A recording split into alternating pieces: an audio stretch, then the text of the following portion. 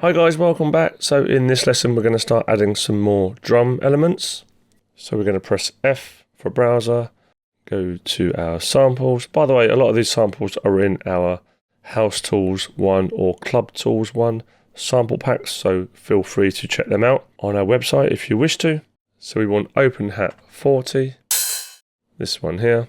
Now what we're going to do is we're going to create another sampler track here. Now you might be wondering, isn't sampler tracks just for playing more musical elements over the keyboard? Why would you put an open hat in there? Why would you put a snare or a clap in there, for example?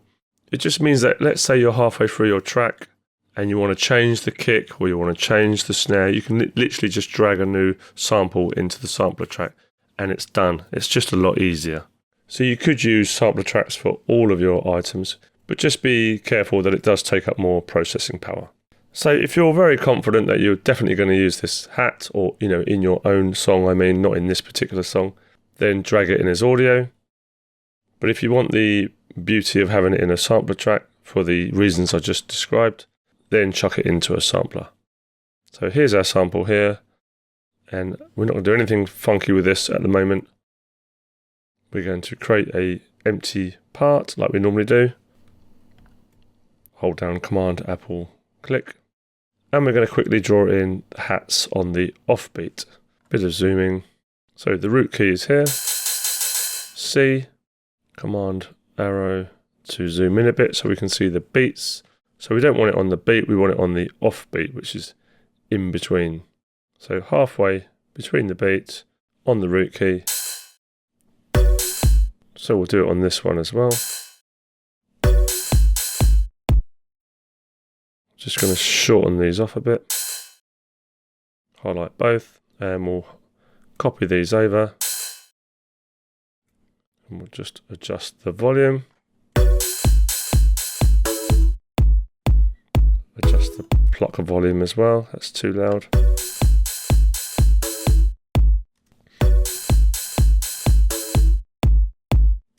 So that's very, very quickly done. Obviously we've got some more stuff to do to this to sort of mix it better, but that's just a quick way of getting an open hat into your project. So now we're going to get a clap or a snare type sound. Press F, snare 01, same drill, quick sampler optimized. Just going to zoom vertically a little bit, gives a bit more space. And this time we're not going to draw in an empty MIDI segment, we're going to copy the one we've just drawn. So Alt, Option, drag down, but it's going to be in the wrong positions. So all we've got to do is just change the positions of the MIDI, and we only want 2. So these normally go on the 2nd and 4th beats. Need to turn this down, of course.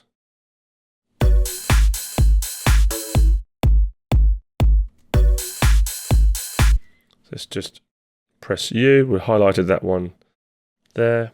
Press U to resize the cycle region. So we're going to bring in another little hat here, a little lighter sounding hi-hat. You've got 2 options with that. You can layer it with the other hat to get a thicker hat sound, or you can use them, one hat in, let's say, one section, the verse, and the other hat in the chorus, let's say. So a couple of options. But this hat is going to be inside a loop. So I'm going to show you how to cut out the hat that's inside the loop. So top loop 04.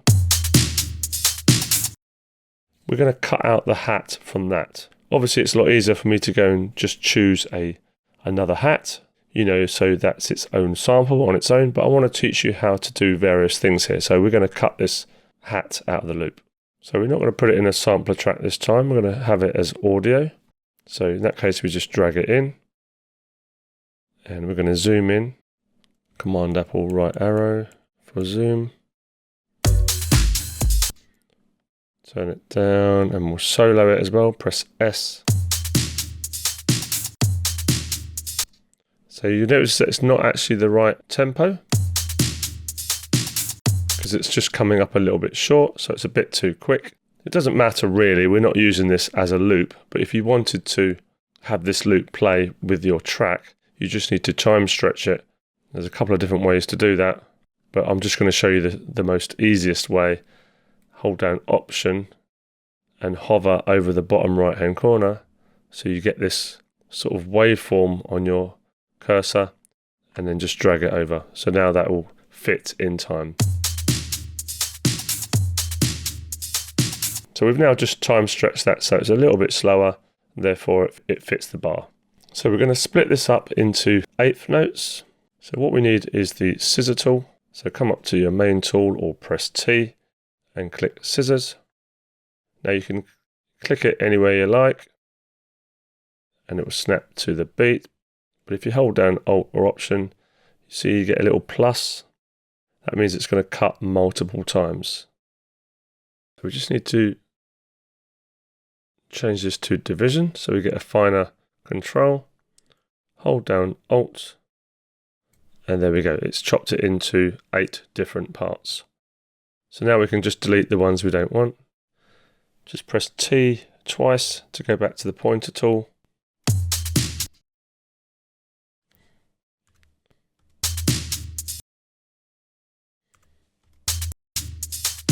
So I'm going to take this one here, the 4th segment, if you like. That's only the one I'm going to use. And we've got some tidying up to do on that, but just wanted to show you how to cut something out of a loop. Now, one important things to do when you're chopping audio is to have a fade on the start and at the end, because if you don't, you sometimes get like a digital click, and that's not going to sound good. So you can come over to the left hand side again with the inspector on, this time at the top of the window, and click on More. With the segment highlighted, we can choose a fade here and click and drag like this. Fade in or a fade out. But it's actually easier rather than having to come up here all the time. Just going to show you something in the preferences. So Logic, Preferences, General, and then under Editing, you want to make sure this is ticked. This is not normally ticked. Fade Tool Click Zones. And if I zoom in, we can now grab the top right hand corner and do a fade. And we can do a tiny one on the front of that as well, not as much as that. Make sure it's the black cross. That's only to get rid of any digital clicks. So that's the clicks taken care of. And we can just copy the pattern here. And then Option to copy. So we'll just unsolo and mute, but we'll mute the other hats at the moment. So you can hear that it's got some low end on that, some unwanted rumble. That's because it's come from a loop and it's not a sample on its own. So all we've got to do is go to the EQ of this channel. So make sure top loop for channel 5 is highlighted. And you can see on the left hand side under the inspector, this is the channel we're working on here on the left. And we want to click EQ. And it brings up the EQ. Now this is the frequency balance of this element or sound, and it shows you we've got quite a lot of information down the bottom end, which we don't want, and the rest of the traditional hi-hat sound is up here at the top end. So we want to get rid of all this. So all we've got to do is click on the low filter, called a high pass filter, because it's letting the higher frequencies pass, but some people and some DAWs call it a low cut filter as well, so it can be a little bit confusing. So we've switched that on. We need to bring across the frequency. And to get this a little bit steeper, so we can cut away more of the lower frequencies, we're going to come down here where it says 12 and drag up until we get the maximum, which is 48. Just going to demonstrate what it sounds like.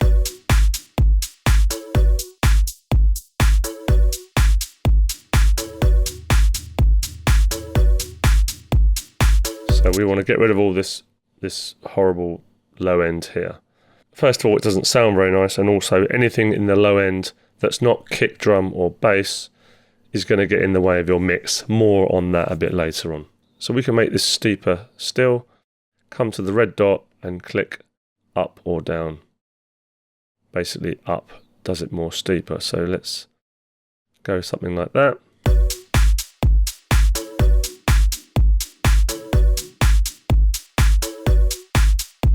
So about there, it's cleaned up the low end of that track.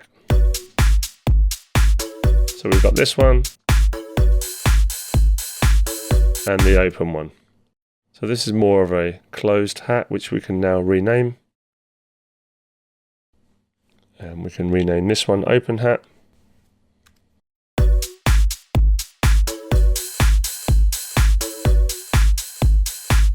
Always best to just keep doing a quick mix as you go. That saves doing all the mixing at the end.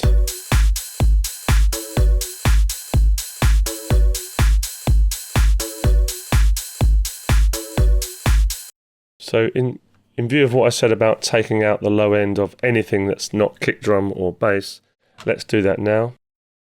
And as I said, that's to clean up your low end of your mix. It's really, really important. So let's go to pluck channel, EQ, turn on the low cut or the high pass. We'll do exactly the same, up to 48. But just don't do it too much, otherwise it sounds like that. Sounds really thin.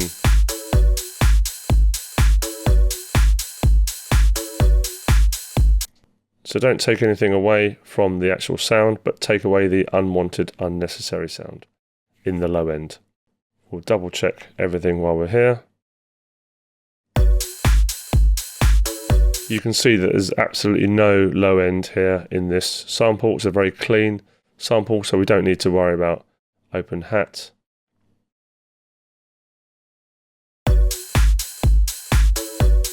The same for the snare really.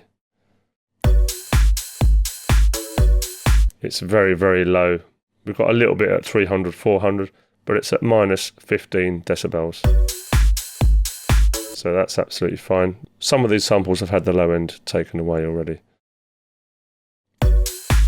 So that's a nice clean mix we've got so far. So we're going to get in a clap now to thicken out our snare sound. And again, we could use these two sort of similar sounds in different areas of the track if we wish. F for browser, top loop 32 this time. We're going to take a clap out of that. This time we are going to put it in a sampler, and I'm going to show you how to take the clap out of the loop using the sampler. So drag it over, quick sampler optimized. It's automatically gone into slice mode, so you could actually play each of these different slices across your MIDI keyboard if you wanted to, but that's not what we want to do here. It's because it's a loop, that's probably why it's gone into slice mode. Just go back to classic, and we'll adjust these start and end points to get the clap that we want. Otherwise it's going to play the whole loop. Whenever we trigger this sample, it's going to play the whole loop. So Command K for the keyboard. So we can just take this very first sound, get the end of it here. So now when I press C3, it doesn't play the whole loop, it only plays the selected area. And let's just zoom in a little bit as well. Make sure we've got this correct. Slight fade. Ever such a slight fade.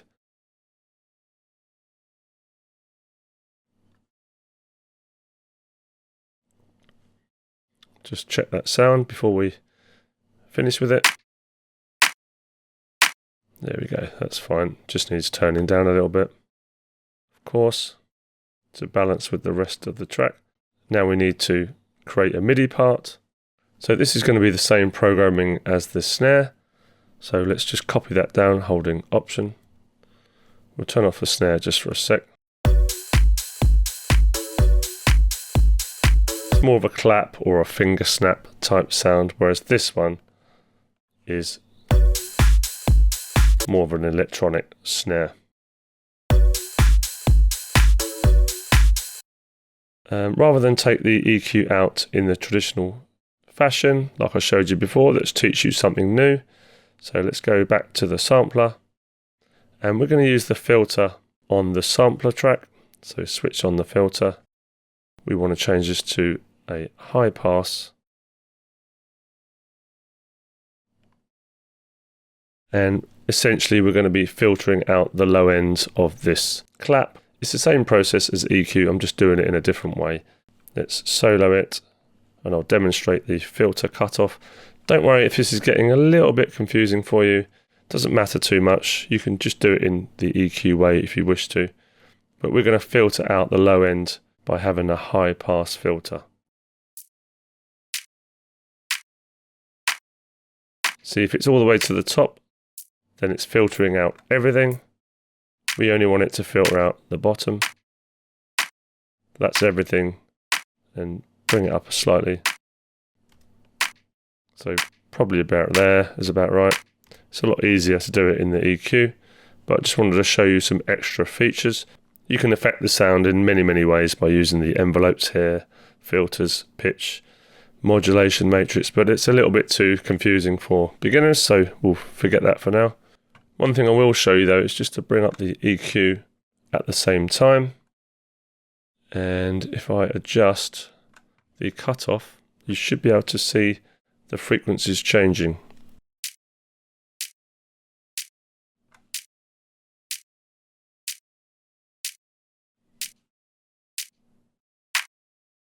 So you can see there's more frequency now in the mid-range as we bring the cutoff down. Again, this doesn't really require having any low end taken out, but I wanted to show you some good practices to get your mixes sounding really good. So that's too much.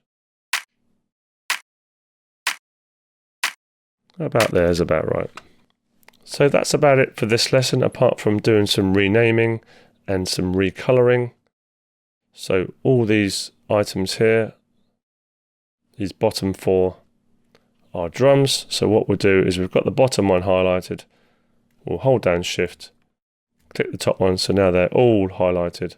Option C, click yellow. We'll bring the pluck down so it's not in the drum section. So we've got a mixture of audio tracks, sampler tracks, but they're all drums, so they're all yellow. Let's rename all our parts. So we'll just highlight the kick's already been done and the pluck's already been done. So let's just highlight the ones that haven't been done. Right click, name and color, name regions by tracks, or Option Shift and N. So now everything's neat and tidy. Have a quick listen.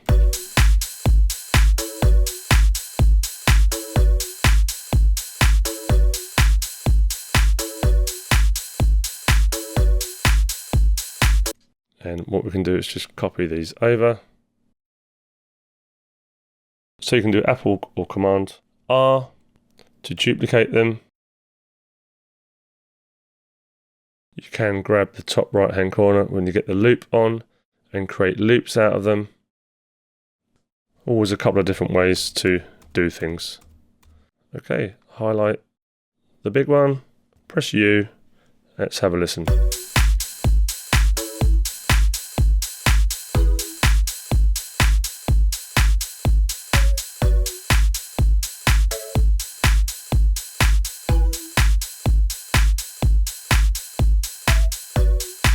So we're getting a little bit loud up here. It's sort of getting towards the top of the yellow. I mean, we've already turned it down quite a lot, but this is what I'm talking to you about. You've got to keep an eye on these sort of things. Let's highlight everything in the mixer.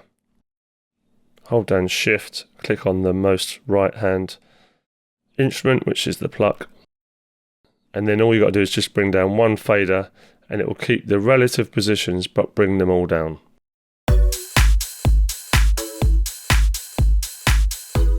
Keeping an eye on the master here or the master here.